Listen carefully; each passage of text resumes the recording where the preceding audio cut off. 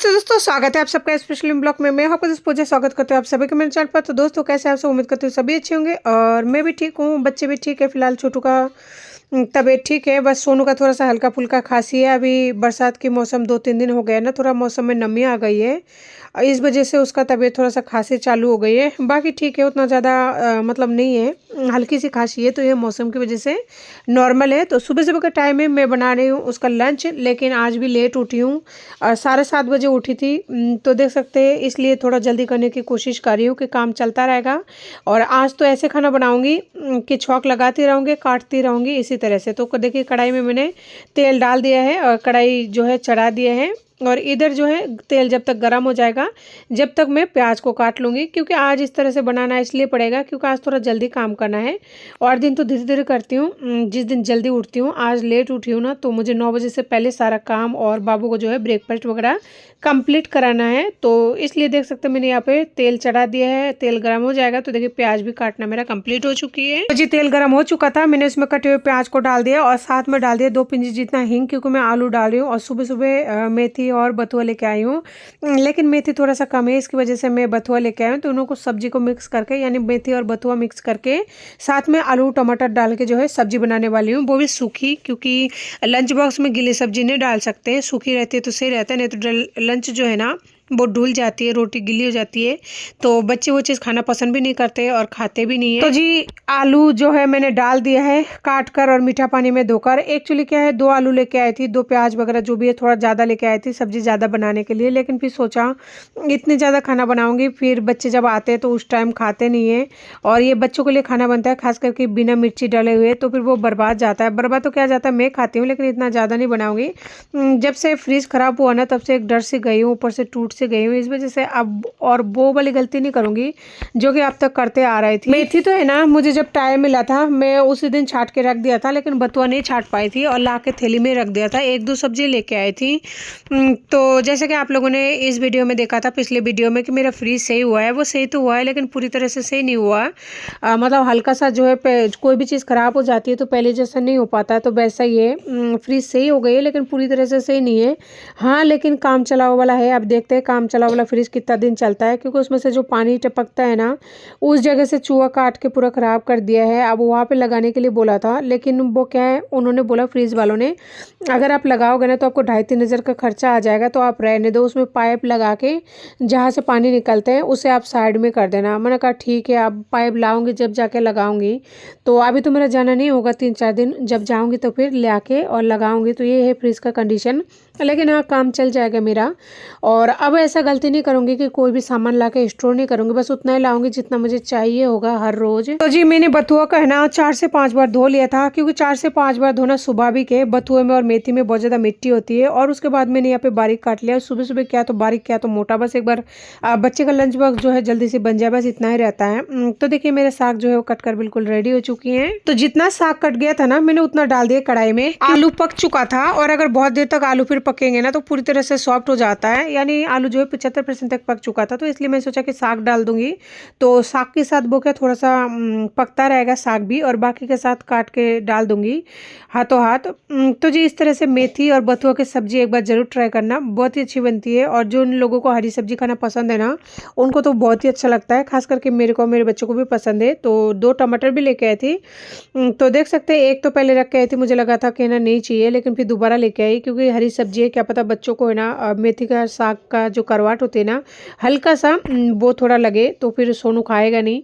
छोटू तो खा लेगा, लेकिन सोनू नहीं खाएगा। मेरे छोटू को बहुत ज़्यादा हरी सब्जी पसंद है, लेकिन सोनू को पसंद नहीं है, उतना पसंद नहीं है जितना कि मैं पसंद करती हूँ, छोटू पसंद करता है, बस यही परेशानी है। तो देखिए मैंने यहाँ पे सब कुछ डाल दिया है, टमाटर भी काट के डाल दिया है, क्योंकि पहले आलू पक चुका था इसलिए टमाटर डाला। नहीं तो अगर आलू नहीं पकते हैं ना, तो फिर पहले टमाटर डालते हैं तो फिर सब्जी पकने में टाइम लग जाता है, खास करके आलू को, कोई और सब्जी को पहले खट्टाई नहीं डालती हूँ। और अगर सब्जी पक जाती है ना, कोई भी जैसे गोभी हो गया या फिर कुछ भी और सब्जी, तभी डालती हूँ टमाटर।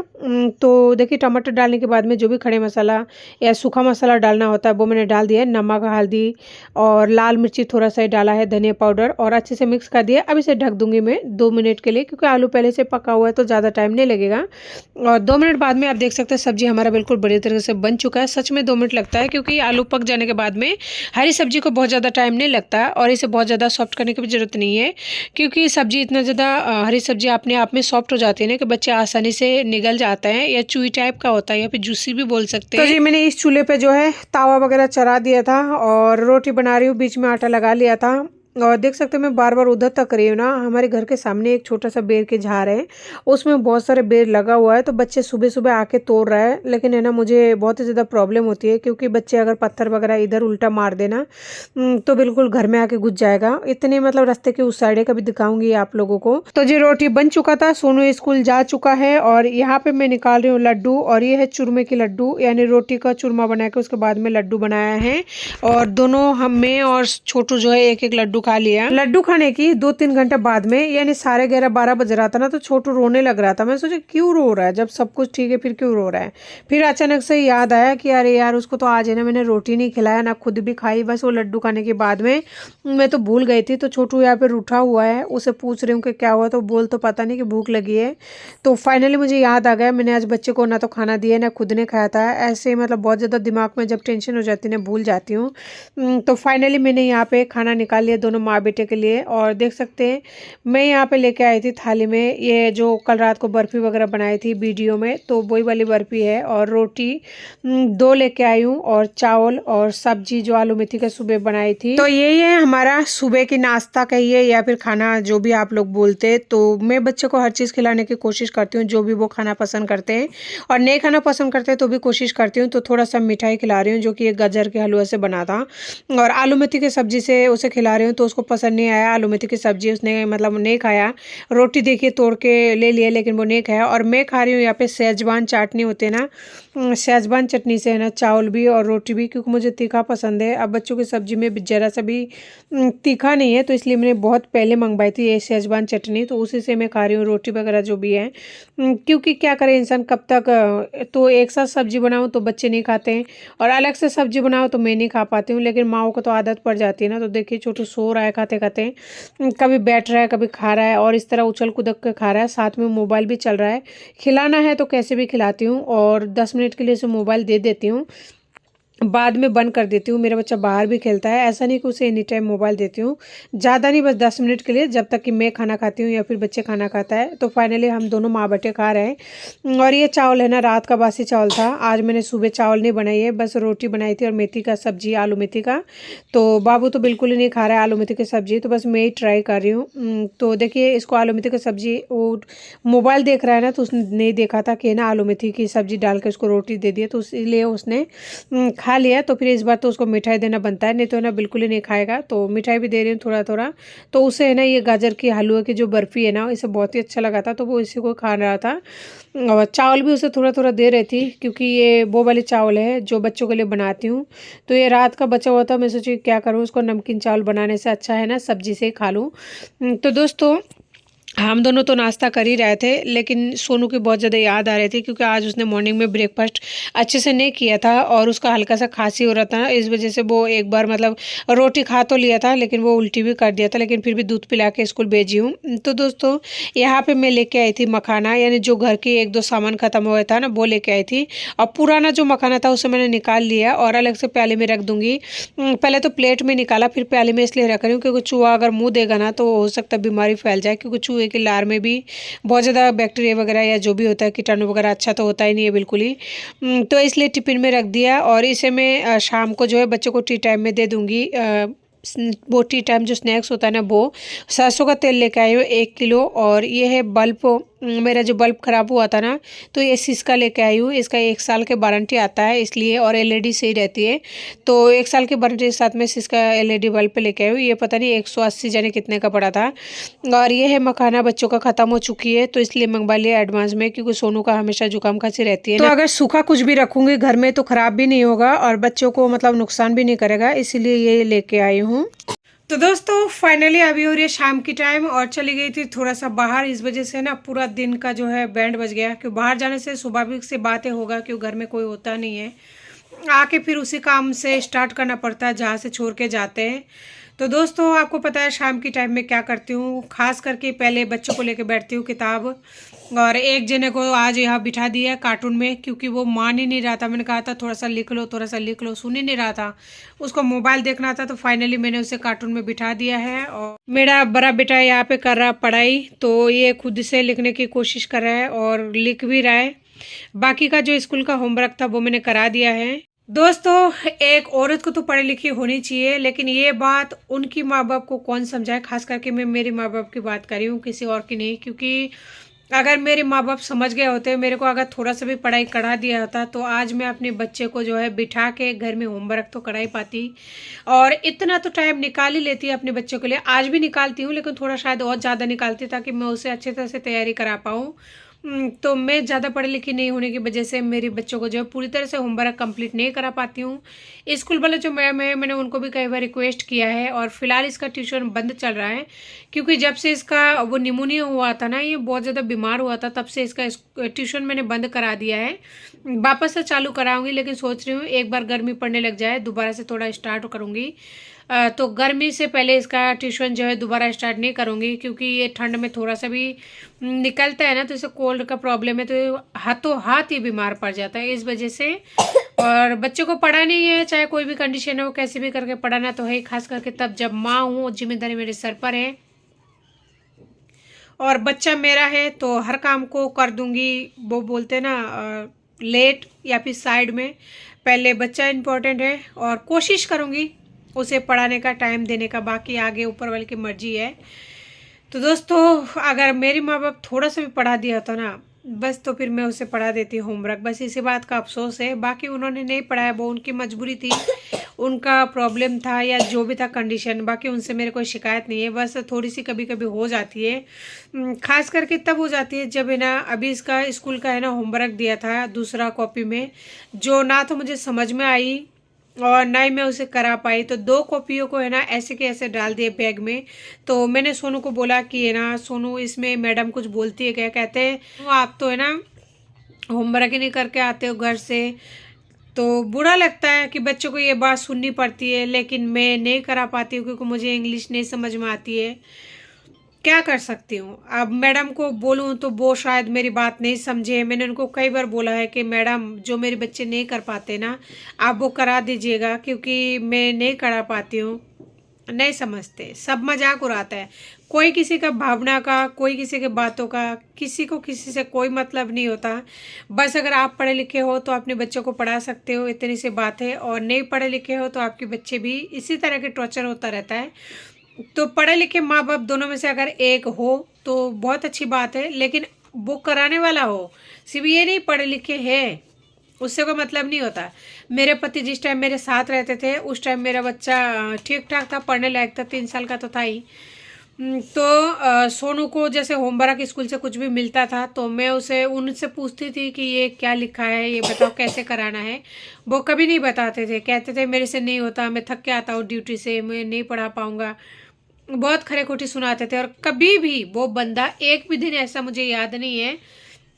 अभी सोनू मेरा थोड़ा सा बड़ा है, ठीक ठाक है, उसे भी याद होगा जब वो बड़े हो जाएंगे कि मेरे बाप ने कितने दिन लेके बिठाया है। एक भी दिन बंदे ने नहीं लेके बिठाया है। तो ऐसे थे, वो पढ़े लिखे थे, लेकिन फिर भी उन्होंने कभी नहीं बिठाया। तो पढ़े लिखे होने से नहीं होता घर में, उसको पढ़ाने की जज्बा होना चाहिए, बच्चों को लेके बैठना चाहिए, जब भी सफल होते हैं। सिर्फ पढ़े लिखे घर में होने से कोई मतलब नहीं होता। अगले से पूछो कि है ना ये क्या लिखा हुआ है, अगला बोले कि मेरे को नहीं पता, मैं थका हुआ हूँ। तो ऐसे पढ़ा लिखा होने से भी कोई मतलब नहीं होता। तो जी कहते हैं ना, 100 आदमी से अगर एक आदमी भी दुआ करेंगे ना, तो उनका दुआ फाइनली रंग लाता है। तो दोस्तों आप लोगों की दुआ और आशीर्वाद से मेरा जो फ्रिज है वो ठीक हो गई है। लेकिन ठीक तो हुई है, एक बार कोई सामान खराब होता है ना, तो वही वाली बात है, फिर वो ठीक नहीं होता है। लेकिन उतना ठीक नहीं हुआ जितना पहले था। लेकिन हाँ, काम चलाओ जो उन्होंने बोल दिया था रद्दी है ना। अभी रुकिए 1 मिनट, मैं आपको दिखाती हूँ कि ना, किसी बहुत सारे ऐसे कमेंट्स आए कि ना, मतलब मैं झूठ बोल रही हूँ, या फिर पहली बार देखा है ऐसी इंसान को जो फ्रिज खराब होने पर डिप्रेशन में चल जाता है। मेरी जगह पे है ना, मेरी जगह पे जो भी इंसान इस तरह से कमेंट्स करता है, मैं माइंड में नहीं लेती हूँ, मुझे ये सब टाइम ही नहीं है। एक इंसान 2-2 चैनल चला है, 2-2 बच्चे हैं, कोर्ट कचहरी घर गृहस्थी ऊपर से पति का काम भी मुझे ही करना पड़ता है, बाहर जाना पड़ता है, सब्जी लानी पड़ती है, राशन लानी पड़ती है, कहीं और भी जाना पड़ता है। फालतू का टाइम भी नहीं है मेरे पास, खुद के घर को सजाने का मेरे पास टाइम नहीं होता, खुद को सजाने का टाइम नहीं होता। ठीक है, ये फेस पर थोड़ा सा दोनों तीनों टाइम साबुन लगा के धोऊं, उसका भी टाइम नहीं मिलता। तो इस सब बातों में ध्यान नहीं देती हूँ, लेकिन फिर भी बता रही हूँ कि जो इंसान इस तरह के कमेंट करते हैं ना, एक नहीं, दो नहीं, तीन तीन चार बार एक ही चीज़ों को रिपीट कर जाता है। मैं उनको ये कहती हूँ, मेरी जगह पर कभी रख कर देखो, एक दिन में होश ठिकाने आ जाएंगे, अक्ल ठिकाने आ जाएंगे, पता लग जाएगा आप लोगों को कैसे जिए जाता है। फ्रिज खराब होने पर डिप्रेशन में जाते कि नहीं जाते ना। एक दिन जब पति उधार में ले जाके थे पैसा और पत्नी के नाम पे सारा डॉक्यूमेंट दे के करा के चल जाते हैं, जब किस्त वाला घर पे मांगने आता है और पैसा लेके जाता है ना, तो डिप्रेशन में आते हैं कि नहीं आते हैं ना।